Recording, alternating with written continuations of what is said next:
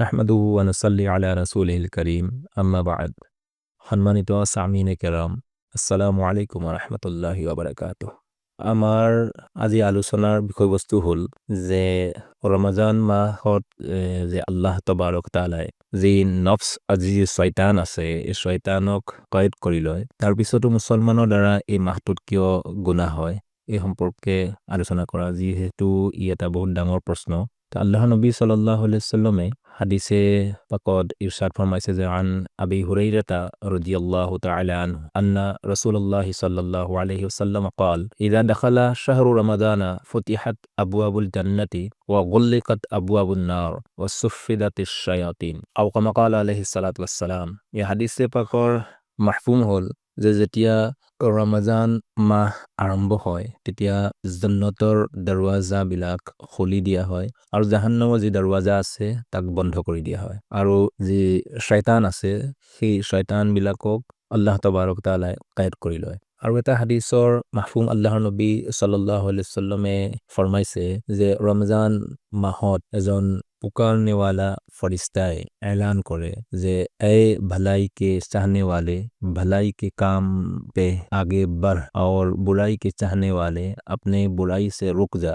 और कुछ लोगों को अल्लाह पाक जहन्नम की आग से आज़ाद करता है और ये रमज़ान के हर रात को होता है। सुबहान अल्लाह। अल्लाह तबारक ताआলাই বহুত ডাঙৰ ইহসান আৰু ফজল যে এই মাহত মুছলমানৰ কাৰণে, মুমিনসকলৰ কাৰণে বেইন্তেহা নিয়ামত দান কৰে। আৰু এইটো কাৰণে যে ৰমজান মাহত আহলে ইমান অৰ্থাৎ যিসকল ইমানৱালা ওপৰত আল্লাহ তবাৰক তাআলাই তাৱাজ্জুহ আৰু ভালাই দান কৰাৰ কাৰণ হ'ল যে তেওঁলোকে বেছি বেছি তিলাৱতে কোৰআন, জিকিৰ, ইবাদত আৰু তওবা ইস্তিগফাৰ খুচুচি এহতেমাম কৰে, যাৰ কাৰণে আল্লাহ তবাৰক তাআলা অত্যন্ত খুশি হয়।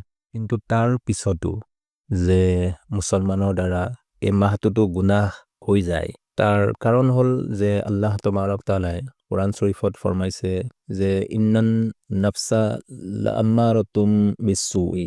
আয়াত পাকত যি নফসে আম্মাৰাৰ কথা কোৱা হৈছে, এই নফসে আম্মাৰা সদায় মানুহক বেয়া কামৰ কাৰণে, গুনাহৰ বাবে আমাদা কৰাই থাকে। গতিকে শয়তান যেনেকে মানুহৰ কাৰণে খোলাখুলি দুশ্মন হয়, ঠিক তদ্ৰূপ নফসু আমাৰ পিছত লাগি আছে। গতিকে সেই নফসে আম্মাৰা পৰা যাতে আল্লাহ পাকে আপোনাক মোক হিফাজত কৰে, তাৰ কাৰণে আমি প্ৰত্যেকেই খুবেই সতৰ্ক থকাৰ প্ৰয়োজন। গতিকে আল্লাহ তবাৰক তাআলাই আপোনাক মোক ৰমজানৰ যি ফজিলত আৰু বৰকত আছে এইবিলাকক পূৰ্ণ মাত্ৰাই দান কৰক আৰু ৰমজানৰ ৰোজা, সেহেৰি, ইফতাৰক কবুল কৰি লওক।